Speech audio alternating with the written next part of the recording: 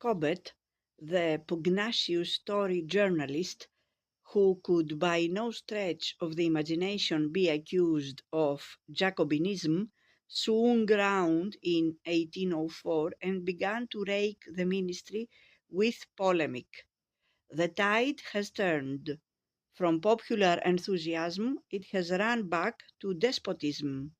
Buonaparte's exaltation to the post of consul for life began the great change in men's minds, which has been completed by his more recent assumption as emperor, and which not only removes the danger before to be apprehended from the prevalence of notions in favor of liberty, but tends to excite apprehensions of a different kind, to make us fear that, by means of the immense and yet growing influence now deposited in the hands of the minister, by the funding and bank note system, we may, in fact, though not in name, become little better than slaves, and slaves, too, not of the king, but of the minister of the day.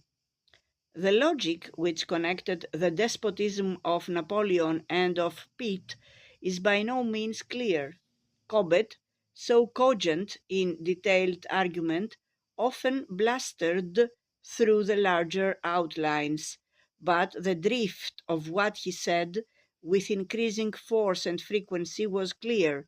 Despotism ought to be fought at home as well as abroad. The press was both.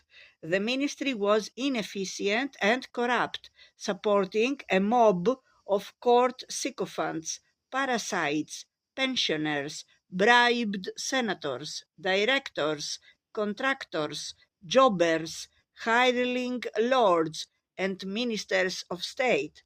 The civil list was a form of factional bribery, supported by money raised from excessive taxation. The upstart nouveau riche, fattened by the war, threatened the rights of the king and the liberties of the people. Only a free Britain could resist foreign invasion.